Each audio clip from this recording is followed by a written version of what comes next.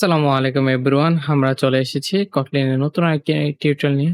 আজকের টিউটোরিয়ালে আমরা কথা বলব গুরুত্বপূর্ণ ফর লুপ নিয়ে। তো লুপ বা ফর লুপ যাই হোক বলতে কি বুঝি? আমরা লাস্ট ক্লাসে আমরা দেখেছিলাম যে আমরা একটা ফর লুপ চালিয়েছিলাম। তো আসলে মূলত লুপিংটা কি?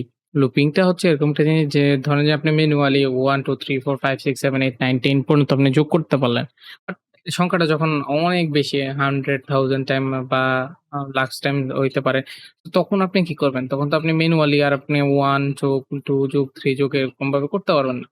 আপনাকে কি করতে হয় একটা উম আ ওয়ে ফলো করতে হয়।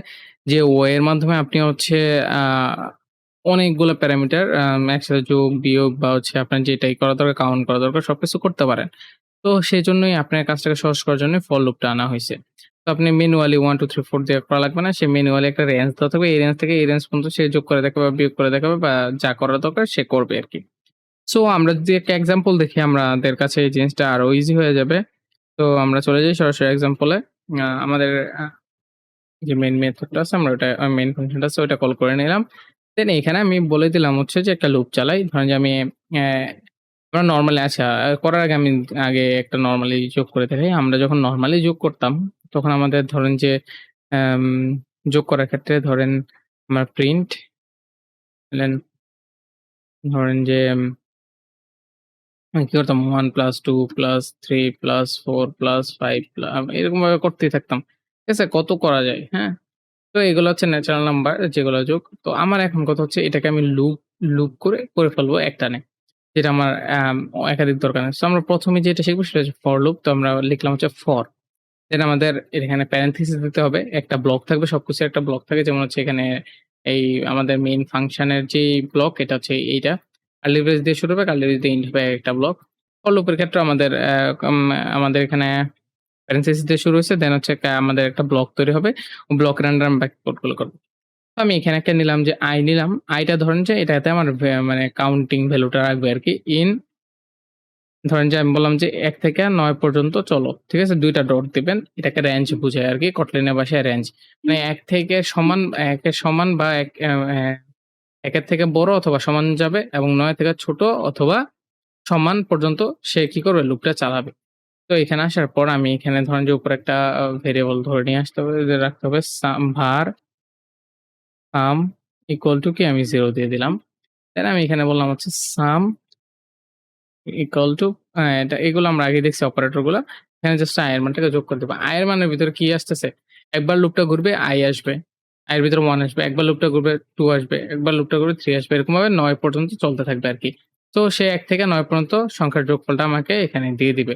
তো আমি যদি এখানে প্রিন্ট করাই এসে বাইরে প্রিন্ট করানো মানে হচ্ছে মূল লাস্টের যে রেজাল্টটা ওই সামটা আমাকে দিবে আরকি। আমি সেভ দিলাম, রান করাইলাম। আমাকে দেখেন যে সরি এখানে ৯ দিচ্ছে। আম আচ্ছা উম সিকিউর ঠিক আছে? এখানে একটা ভুল করছিলাম আমি। এখন সমস্যা না। দেন হচ্ছে এখানে ৪৫ ঠিক আছে? এই যে ৪৫ আমি পাইছি। মানে ১ থেকে ৯ পর্যন্ত সংখ্যার যোগফলটা। মানে সে হচ্ছে এখানে এক করে বাড়তেছে আরকি। মানে একবার লুপটা ঘুরতেছে। ১ম এ 1 দিচ্ছে লুপের ভিতরে ঢোকার সময়। এরপর 2 দিচ্ছে, এরপর 3 দিচ্ছে। এরকম করে ৯ এর আগ পর্যন্ত চলতে থাকবে আরকি। ঠিক আছে? সো এটাই হচ্ছে আমাদের লুপিং। লুপিং আমাদের কাজগুলোকে অনেক ইজি করে দিয়েছে। আপনি যদি এখন 1000 পর্যন্ত বা 1000 পর্যন্ত আপনার যোগ লাগবে। দিয়ে দেন। No problem. জাস্ট আপনি সংখ্যাটাই চেঞ্জ করছেন আর কিচ্ছু না। এতে করে আপনার টোটাল যোগফলটা দিয়ে দিবে। আপনার ম্যানুয়ালি কোন কাজই করা লাগবে না। এই যে টোটাল যোগফলটা আপনাকে দিয়ে দিছে।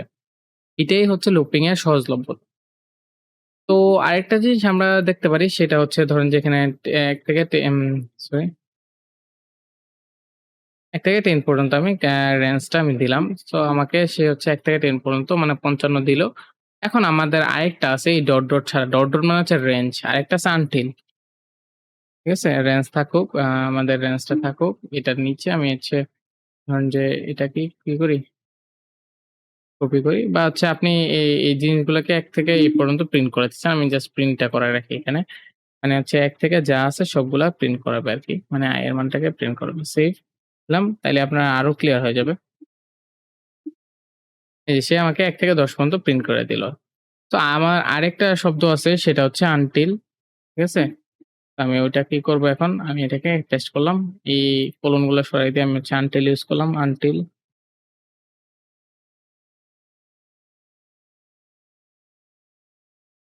আনটিল।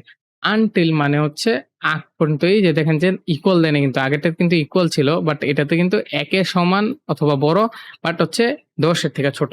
আনটিল মানে হচ্ছে আপনার আগ পর্যন্ত আপনার লাস্টে যে প্যারামিটার দিবেন তার আগ পর্যন্ত। মানে হচ্ছে ৯ পর্যন্ত আমাকে প্রিন্ট করে দিবে। বুঝতে পারছেন? আপনার যদি আগ পর্যন্ত লাগে তখন আপনি আনটিল ইউজ করুন বা আপনার রেঞ্জ টু রেঞ্জ লাগে। মানে হচ্ছে যেটা থেকে শুরু হবে এবং যে শেষ হবে যদি পুরোটা লাগে তখন আপনি হচ্ছে এইটা ইউজ করবেন, রেঞ্জ ইউজ করবেন নাইলে আনটিল ইউজ করবেন। ঠিক আছে? এছাড়াও আমাদের আরো কিছু ও উম আ ওয়ে আছে সেই জিনিসগুলো আমরা দেখব। ঠিক আছে? লুপের আমরা একবারই দেখব। আমরা তো এখানে একদম প্রিন্টিংটা দেখেছি একটা এখন আমি উল্টাভাবে প্রিন্টিং করাইতে চাই মানে দেখতে চাই। তো আমি ১০ থেকে ১ পর্যন্ত নিতে চাই উল্টা। তো ১০ দেন থেকে কি? ওখান থেকে কি? ১ পর্যন্ত যাবে আরকি। ঠিক আছে? তো আমাকে এখান থেকে এখানে যাইতে হবে। তাহলে আমি যদি এখানে প্রিন্ট করাই তা আমার মানটা কি হয় আমরা দেখি। আমরা যদি এখানে রান করাই, এখানে আম কিছু দিচ্ছে না। কারণ হচ্ছে এই যে দেখেন ১০ থেকে বড় কিংবা ছোট কন্ডিশন লিমিট নেই। ইনফিনিটি লুপ হয়ে গেছে একটা। সো আপনাকে কি করতে হবে? প্রিন্ট নাথিং দিবে এটা স্বাভাবিক। তো এখন আপনি যদি চান যে হচ্ছে এত থেকে এত পর্যন্ত আমি প্রিন্ট করতে চাই ১০ থেকে ১ পর্যন্ত তখন আপনি এইভাবে রেঞ্জ দিলে হবে না। আপনার লিখতে হবে ডাউন কি? ডাউন টু ঠিক আছে? ডাউন টু মানে হচ্ছে ১০ থেকে এই যে দেখেন চিহ্নগুলো চেঞ্জ হয়ে গেছে। আমার গেটার দিন এই চিহ্নগুলো আমি আমি দিচ্ছি না। এগুলো কিন্তু আপনারা ভুল করেন না করার সময় যে আমার চিহ্নগুলা আমি দিচ্ছি আমার এরর দিচ্ছে না। আপনি এই চিহ্ন দিবেন না। এগুলো হচ্ছে অটোমেটিক্যালি দেখাচ্ছে আরকি আপনাকে বোঝাচ্ছে। হ্যাঁ, এখন নতুন যে ভার্সনগুলো আছে Intel এই যে ওগুলাতে দেখায় আরকি। সো আপনার এগুলো নিয়ে কনফিউশন আপনি জাস্ট আমি যেভাবে করতেছি ওভাবে করেন। আমি কিন্তু এই চিহ্নগুলো দেইনি। আপনারা দেখছেন এগুলো অটোমেটিক্যালি দিচ্ছে। ঠিক আছে? তো এগুলা নিয়ে কনফিউশন এ পড়েন না। তো এখন হচ্ছে আমি যদি রান করাই, আমাকে ১০ থেকে ১ পর্যন্ত দিবে। ডাউন টু মানে সে ডাউন এই যে উল্টা গেছে আরকি ১০, ৯, ৮, ৭ আ ৮, ৭, ৬ এরকমভাবে সে চলে গেছে। ঠিক আছে? এখন আপনি যদি 2 স্টেপ লাফ দিতে চান এটাকে আমি হচ্ছে লক করে দেই। আপনি হচ্ছে রেঞ্জ এর ক্ষেত্রেও আবার বা ডাউন টু এর ক্ষেত্রেও আপনি যাই করেন না কেন 2 স্টেপ আপনি দেখেন আপনি লিখবেন যে হচ্ছে স্টেপ 2 2 বা 3 বা 4 বা 5 আপনি যাই করতে চান না কোনো সমস্যা নাই। এখন আপনি যদি রান করান দেখবেন যে 1, 3, 5, 7, 9 2 স্টেপ করে সে লাফ দিয়ে যাচ্ছে। উল্টার ক্ষেত্রেও সেম ডাউন টু দেখে স্টেপ দিবেন। ঠিক আছে? হ্যাঁ, আর কিচ্ছু না। ওটাও দেখাই দেই। ঠিক আছে? নরমাল জিনিস।